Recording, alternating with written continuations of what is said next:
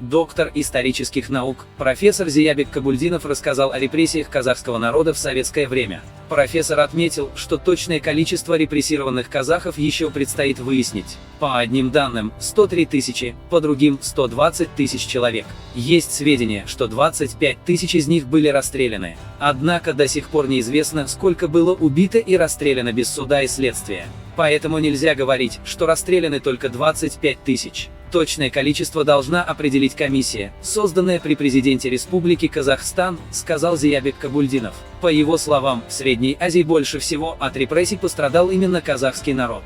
По моим оценкам, в Казахстане жертвами репрессий стали 120 тысяч человек. На втором месте киргизы – 39 тысяч, сказал историк. Также, по мнению профессора, в 19 веке царская Россия сознательно учила казахов писать жалобы и доносы друг на друга. В начале 19 века казахская степь была полна богатых людей. Чакан Валиханов писал, что казахи свободные и очень богатые. Но в 20 веке народ, который никогда не видел и не знал, что такое рабство, подвергся тирании Советского Союза. Во времена Российской империи казахов учили подавать жалобы, таким образом стравливая торе и простой народ. В результате торе, правившие страной 600 лет, были отстранены от власти, сказал Зиябек Кабульдинов.